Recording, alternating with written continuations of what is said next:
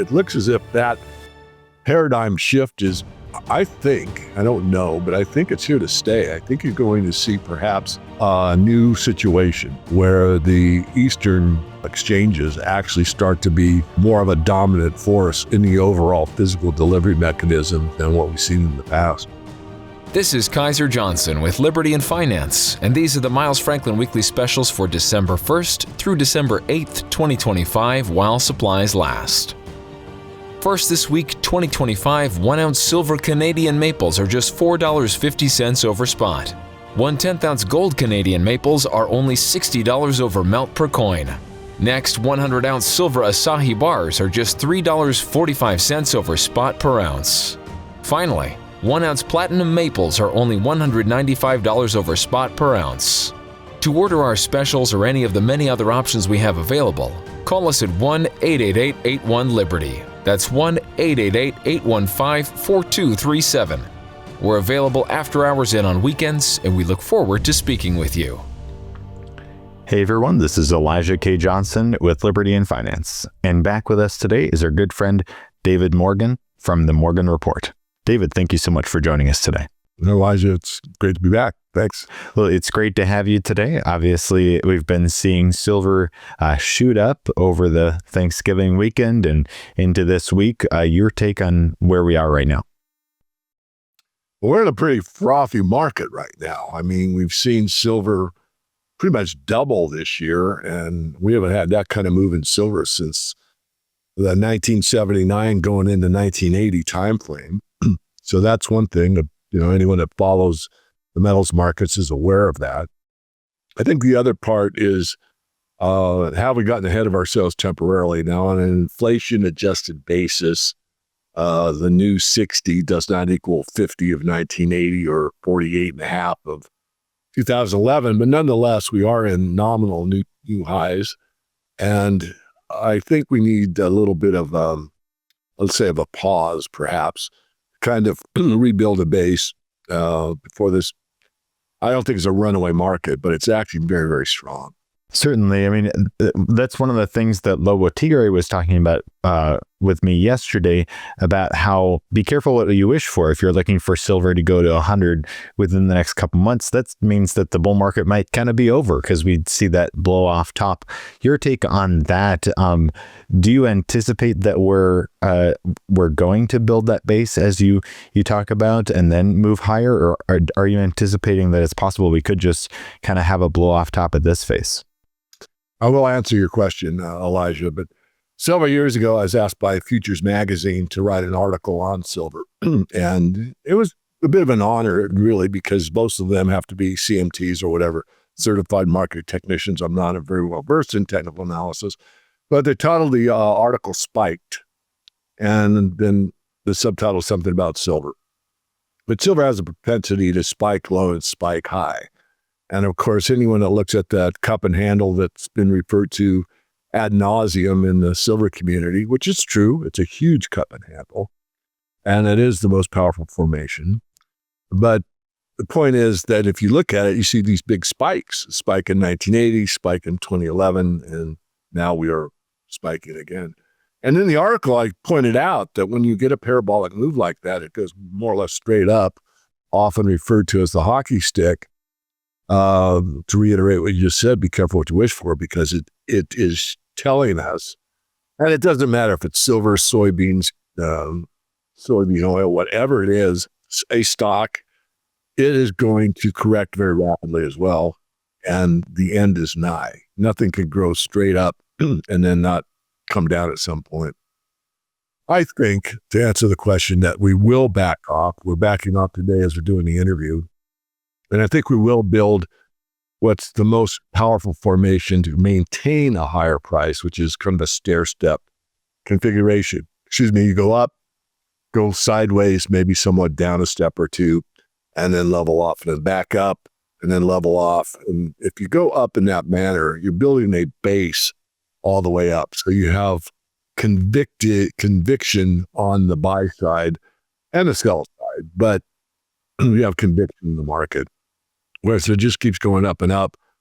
It's the last bid that makes the market. So what some people don't understand about a market, stocks, bonds, commodities, whatever.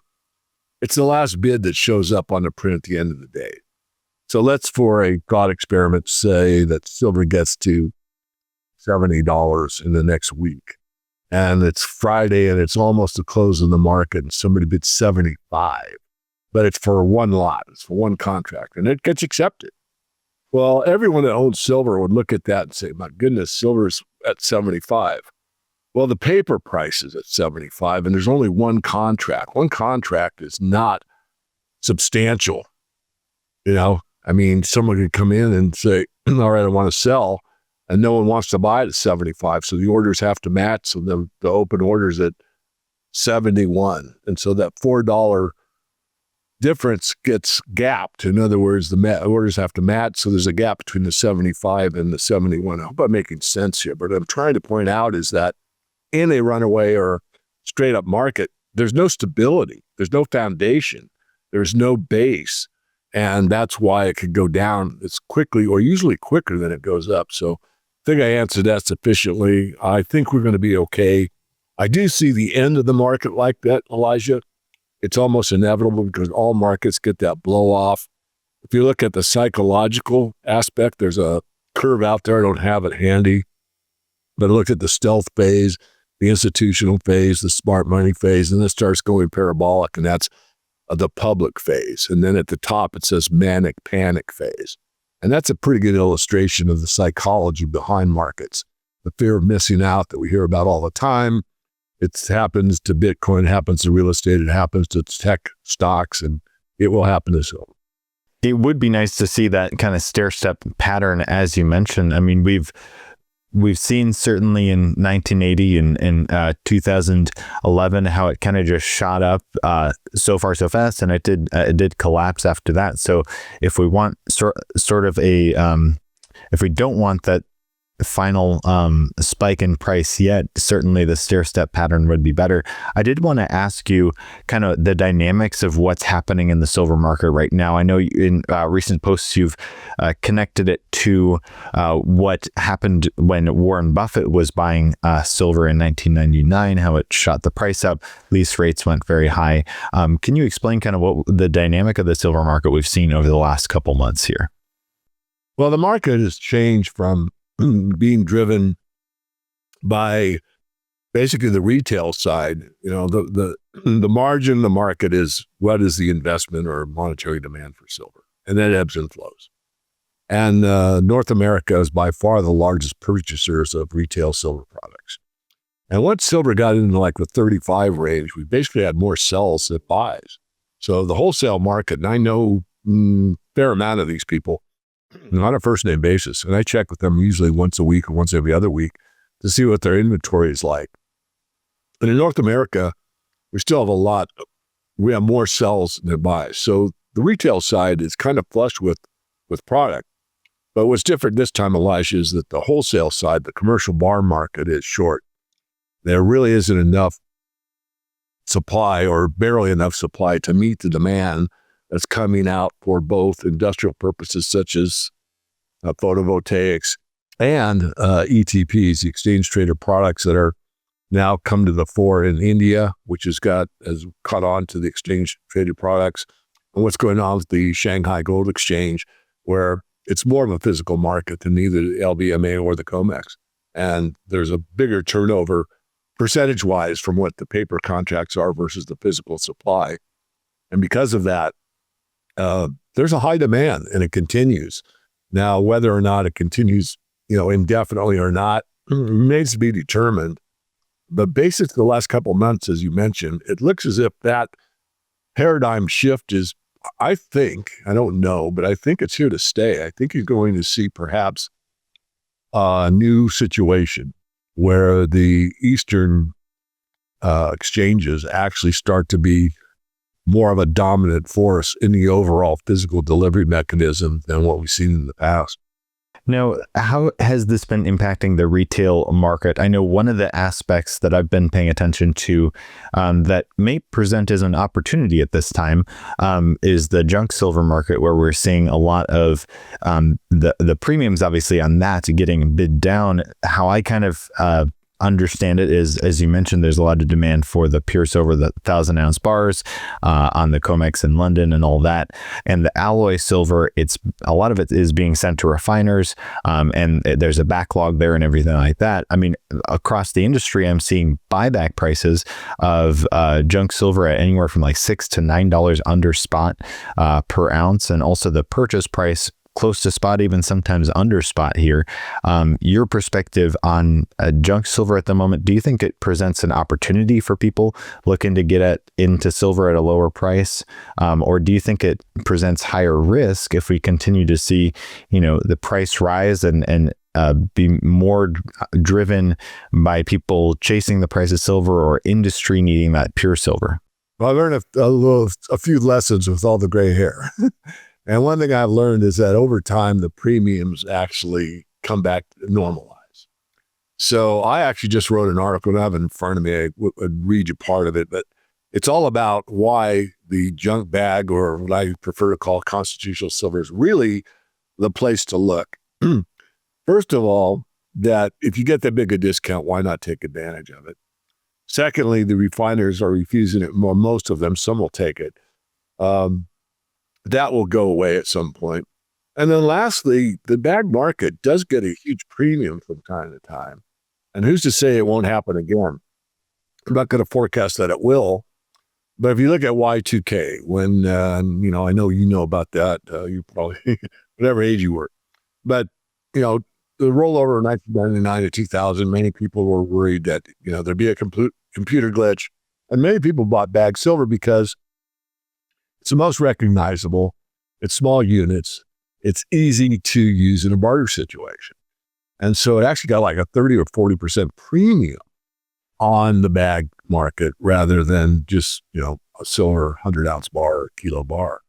Now, again, I'm not saying that would happen again, but it could happen again. And also, I think it's a good place to start. I mean, the worst case scenario would be having the barter, but you don't have to look at it like, the banks are closed, I must barter. You can look at it more holistically, and what I do, and have often done, and that's at a farmer's market.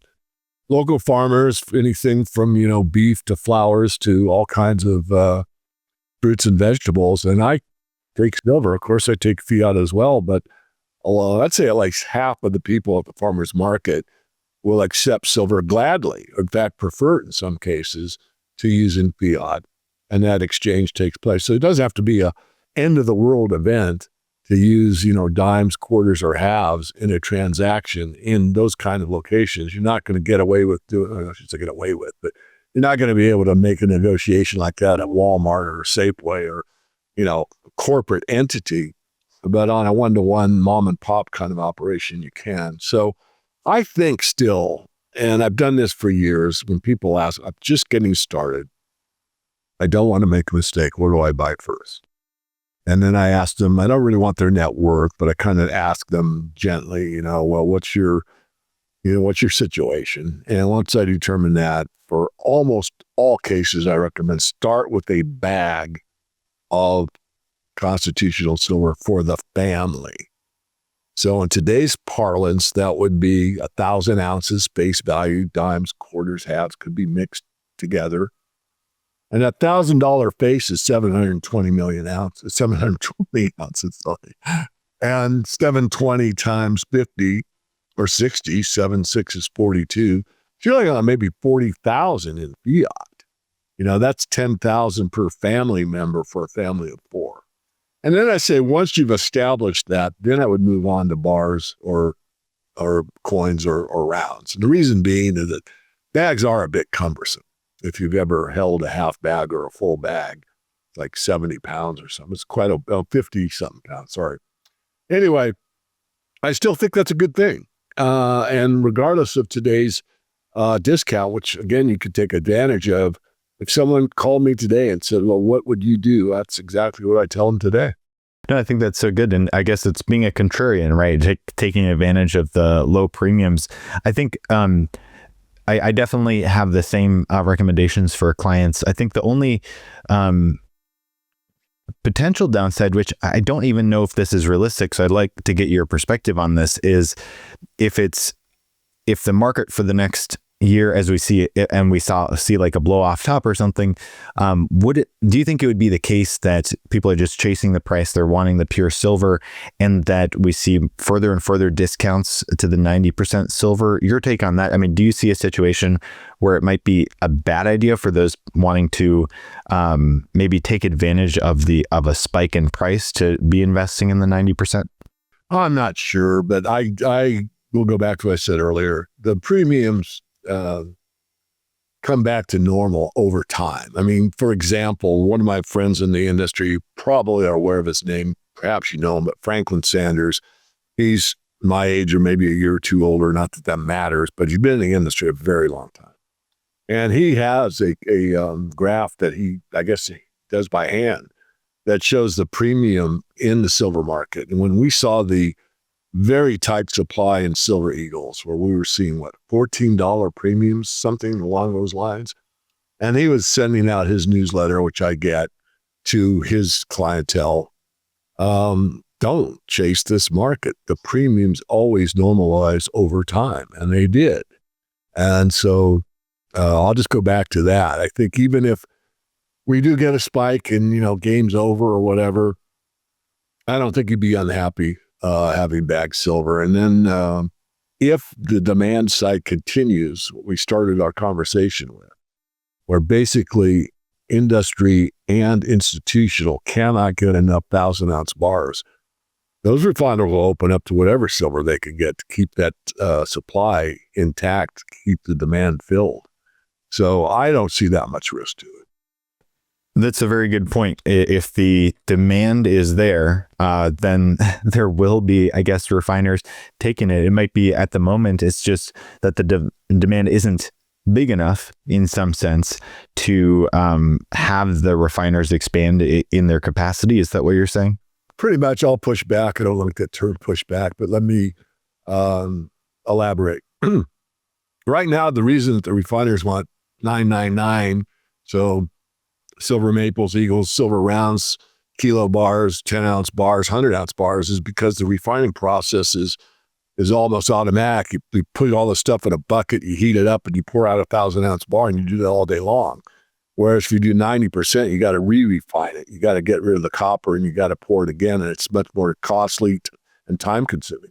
So right now, they're trying to speed up the supply line as quickly as they can, which means all they got to do is melt and pour, melt and pour, melt and pour. And that's why they're not taking the constitutional silver, because the demand from the commercial side is so strong. They want to expedite it. The only way you expedite it is turn 100-ounce bars, 10 of them in a 1,000-ounce bar, rinse and repeat.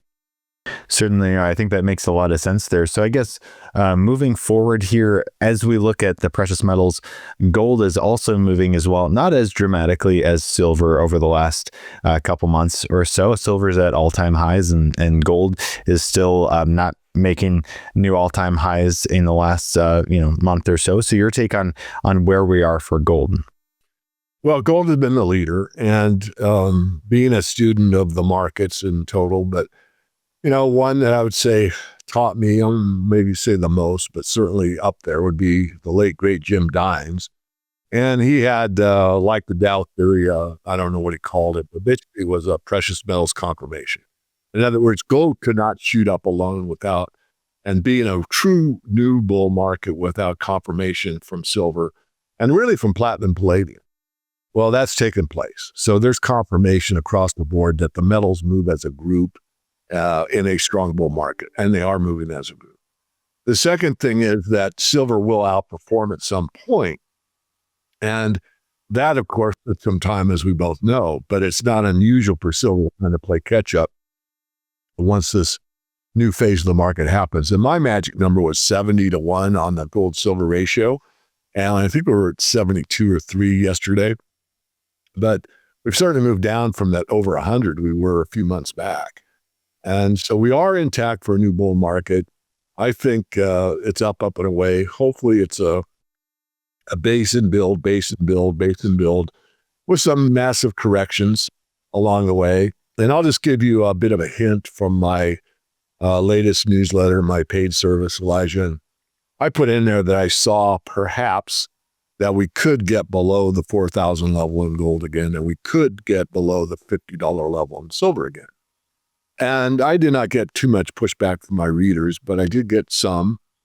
And my take on that possibility is that on the metals alone, in the dynamics that we're sitting in today, if the status quo stayed as it is, and it never does, everything changes, probably wouldn't see under 50 or under 4,000 for gold and silver respectively. However, if we were to get a large sell-off in the equity market, the S&P 500, and it was significant enough, I could definitely see the metals getting under those support levels. And that's what I think is going to happen. Now, I've been wrong for too long, but it doesn't mean I'm wrong forever. But it's a stop clock. A stop clock is correct twice a day. But anyway, not beating myself up too much. I do think that we will see a stock market correction. The metals will go down with it temporarily. It will be a buying opportunity. But the new bulls, the people that bought at 50 plus, watch it go to 60 and are in profit zone, and then to not have a stop or whatever. I'm talking about for traders, but investors as well. I mean, if you buy it at 50, you pay a low premium. You buy a bag, and then the market's at 45 again. You get a little disheartened, especially if you're a new buyer. Again, I don't want to make a big thing about it, but I don't rule it out on those conditions. I don't see it happening again. We continue as is, but I don't think we will. I think that, you look at the high tech and the NVIDIAs, how the Dow Jones and particularly the S&P 500 are weighted so heavily to make a construct that is really not showing the true broad width and depth of the S&P 500. You take 7 of the most popular, most liquid, and most traded stocks, and you base and weight the average upon that. It's really not telling the total truth. So I'm just making my case again that a stock market correction in my mind is well overdue. And I don't think it's, I think it is out there in the future. Not necessarily, it could keep going up, but that's how I see it. It seems like when we see a stock market fall, sometimes the Fed steps in, with more easing, and there has been expectation in the markets for a Fed rate cut in December, almost baked in at the moment, and then also a new Fed chair being announced, most likely Kevin Hassett. Your perspective on that? Do you think any of that could prevent a market downturn from here? It certainly has mitigated it in the past. Would it work again? It might. But it kind of gets to the point of the boy who cried wolf, meaning, it works, and then, it doesn't. The idea for me, I wrote in the editorial that, again, I just published, was that I do not see the Fed having nearly the power that most people and even market participants, even at the Wall Street level, anticipate. We did an increase not that long ago, and the 10-year note basically ignored it. And I think that's a distinct possibility. Basically, no one really wants to buy U.S. debt, or at least not as the quantity that has occurred in the past. So if Japan doesn't want to buy it and China doesn't want to buy it, European Central Bank doesn't want to buy it, then who buys it? Well, you have to have the buyer of last resort. So we may see something like that take place, and the market kind of ignores that, 25 basis points cut that's going to happen in December, most likely, which would actually be a signal to the market that the Fed's ability to set the discount rate is not as powerful as it once was.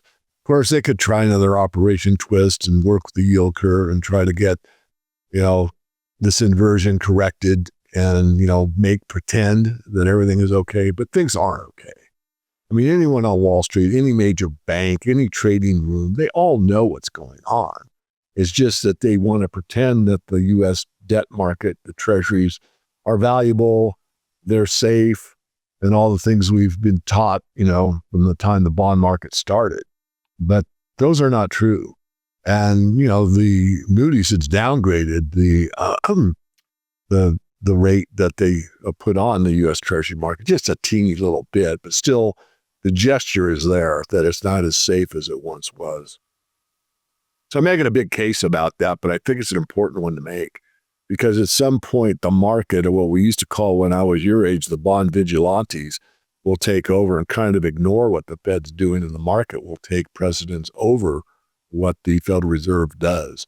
Now, putting someone new in there and lowering the rates more and more, to me, would be a signal that we're in that last kind of, maybe not the last, but near the last, and perhaps the last vestige of hope where we can print our ways out of this mess. But you can't print wealth, and everybody knows it at this point. So if that sparks further inflation, then you will probably have more impetus to move into gold and silver markets than we have at this point in time. Well, it certainly will be very interesting to continue to track this with you, David. If our viewers are interested in learning more, they can go to themorganreport.com. Also, Silver Guru on YouTube. We'll put links to those in the description of this video. Do you have any last thoughts for our viewers here? Well, happy holidays to the people in America on Thanksgiving, a little past. Hope you had a good one. And then happy holidays to all out there. Christmas to most of you, but there's other holidays I acknowledge. And I just grateful for, our friendship and longevity we've had together. You do a great job. And I think you have a very balanced approach too. I think that's good. I mean, we want to hear all voices, and some are, let's say more conservative than others. I tend to lean toward the conservative side. I really always have believed that people got to understand how the money system works and why precious metals are important, but they're not an end in themselves. So I think, a balanced approach to investing in gold and silver will serve you better than trying to time the market, go all in or whatever. It's kind of like seasoning your steak, a little bit of seasoning might make it a little better, but you dump too much on there and you've ruined it. So we don't want to ruin anyone's investment portfolio. Back to you. Very good words of wisdom there, David. Merry Christmas to everyone and you have a good day and God bless. God bless you. Thank you. This is Kaiser Johnson with Liberty and Finance, and these are the Miles Franklin Weekly Specials for December 1st through December 8th, 2025, while supplies last. First this week, 2025 1-ounce silver Canadian maples are just $4.50 over spot. 1/10 ounce gold Canadian maples are only $60 over melt per coin. Next, 100-ounce silver Asahi bars are just $3.45 over spot per ounce. Finally, 1-ounce platinum maples are only $195 over spot per ounce. To order our specials or any of the many other options we have available, call us at 1-888-81-LIBERTY. That's 1-888-815-4237. We're available after hours and on weekends, and we look forward to speaking with you.